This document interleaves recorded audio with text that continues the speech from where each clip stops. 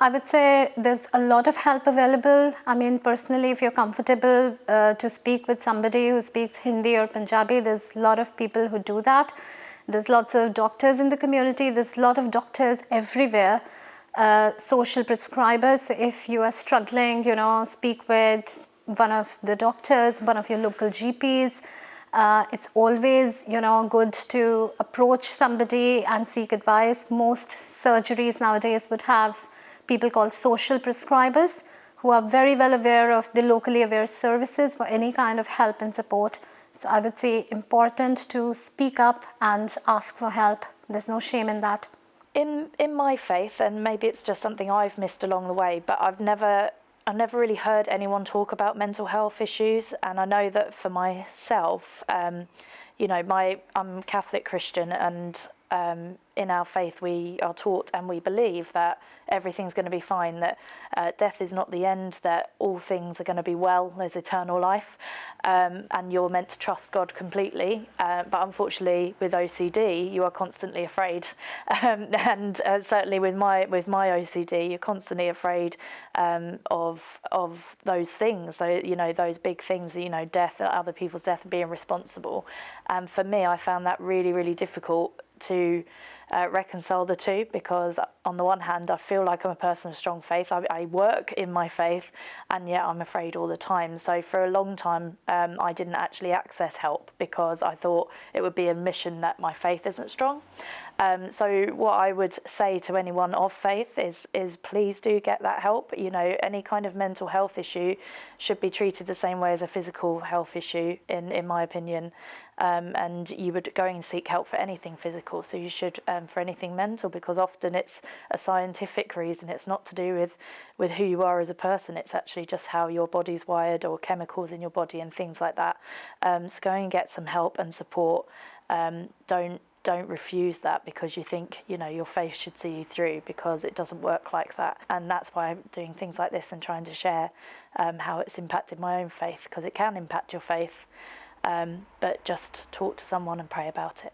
So one of the issues that we find in life, and particularly in church life, is that when you start a journey of faith, sometimes you might even think, well, I shouldn't be somebody that suffers with my mental health.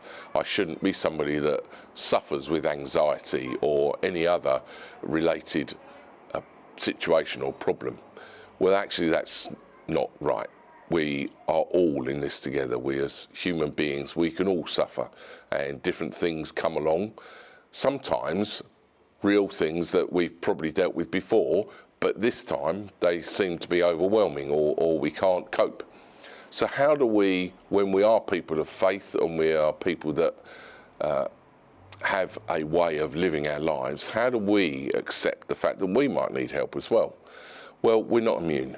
We go through life. I particularly have been through some struggles over the last couple of years, and I've needed good people around me just to come with me, support me, pray with me, encourage me, and just to keep our minds and eyes focused on what we believe to be a good news message. We believe that Jesus came to encourage us, to give us full, abundant lives, and that we can try and keep that as part of our central message, even when we are going through difficult situations. My advice to any fellow believers out there, any Christians that are going through something like mental health crisis, whatever it is on the spectrum, you can still reach out as well. Reach out to the people in the congregation, reach out to your fellow brothers and sisters that will support you, that will pray with you, that will continue to look after you whilst you're not feeling too good about yourselves.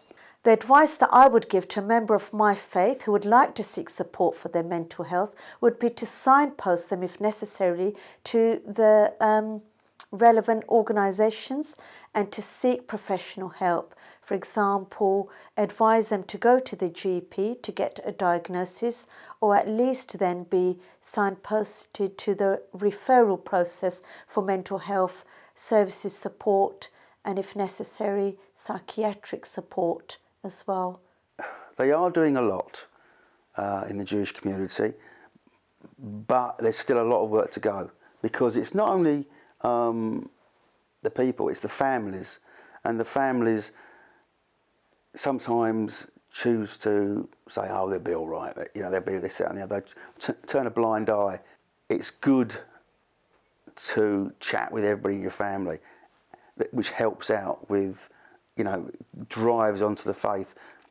Sometimes it is good to talk to someone you don't know rather than a family member. It's easier to offload to someone you don't know. It's a very, very tough thing to go through, mental health. We all have it. Everybody, even those that don't have medication and don't exist, we all have mental issues. Some of us can cope with them. Myself, I just take on people's problems. I used to take on people's problems and not release. And I thought I could always deal with everything. You need help. You know, I needed help. I was lucky I got it. Very lucky. And lucky I had a very good support network. Without that, I wouldn't be here now.